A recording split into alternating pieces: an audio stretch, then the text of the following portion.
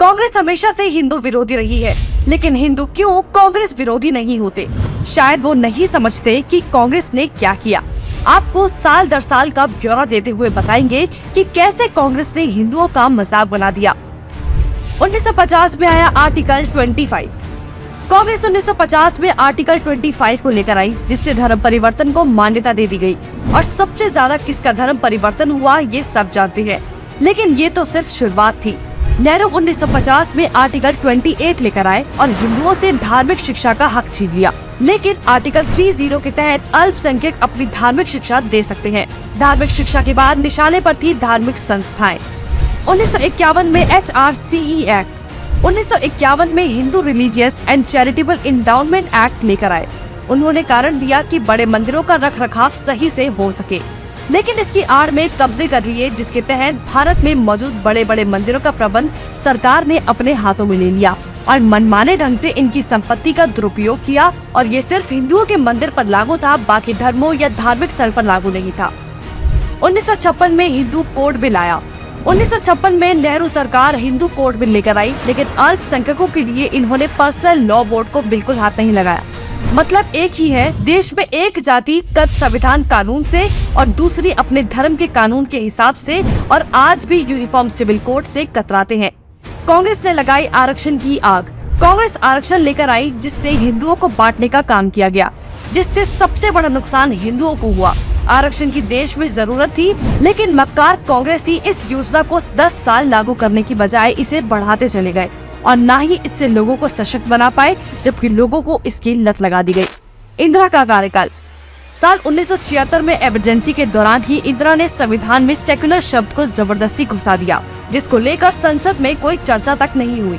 मतलब कि हिंदू बहुसंख्यक होते हुए भी भारत हिंदू देश नहीं कहलाया जा सकता। जबकि आप हमारे आसपास देखेंगे तो सभी मजहबी देश हैं, लेकिन हिंदुओं के लिए कोई देश नहीं बचा। इसके बाद हिंदुओं के कानूनी अधिकार और इतिहास निशाने पर थे। 1991 में पूजा स्थल कानून।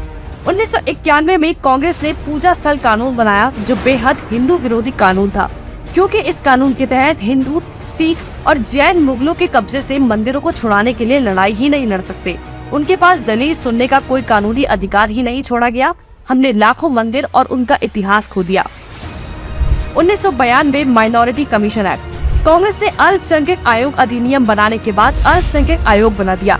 ऐसा करके कांग्रेस ने धर्म विशेष के लोगों को स्पेशल दर्जा तो दिया ही, हिंदुओं को बांट दिया, जिसके तहत सरकार की हर योजना का सबसे ज्यादा फायदा धर्म विशेष के लोगों को ही मिलता है, जिससे कांग्रेस ने सांप को भी मार दिया और लाठी को भी नहीं टूटने दिया। मतलब साफ है, हिंदुओं को भी बांट दिया और धर्म विशेष के लोगों को भी खुश कर दिया। जब देश सेकुलर बना दिया तो मेजॉरिटी और माइनॉरिटी की जरूरत ही क्या थी। 1995 में वक्फ बोर्ड कानून। 1995 में वक्फ बोर्ड कानून बनाकर कांग्रेस ने एक और महापाप किया। वक्फ बोर्ड को असीमित शक्ति दे दी गई। आज स्थिति ये है कि वक्फ बोर्ड किसी भी संपत्ति पर दावा कर दे तो कोर्ट से भी कोई मदद नहीं मिलेगी। रेलवे और रक्षा के बाद संपत्ति के मामले में वक्फ बोर्ड देश में तीसरे स्थान पर पहुंच गया है। अब सिर्फ एक आखिरी बार बचा था, वो बार था राम सेतु एफिडेविट। राम सेतु एफिडेविट बनाया। हिंदुओं ने फिर 2004 में कांग्रेस को चुन लिया, तो कांग्रेस ने इसका इनाम देते हुए राम सेतु एफिडेविट बनाया और भगवान श्री राम के अस्तित्व को ही नकार दिया और काल्पनिक बताया। आस्था और धर्म पर वार करने के बाद अब कांग्रेस ने हिंदुओं को ही बदनाम करने का प्लान बना लिया।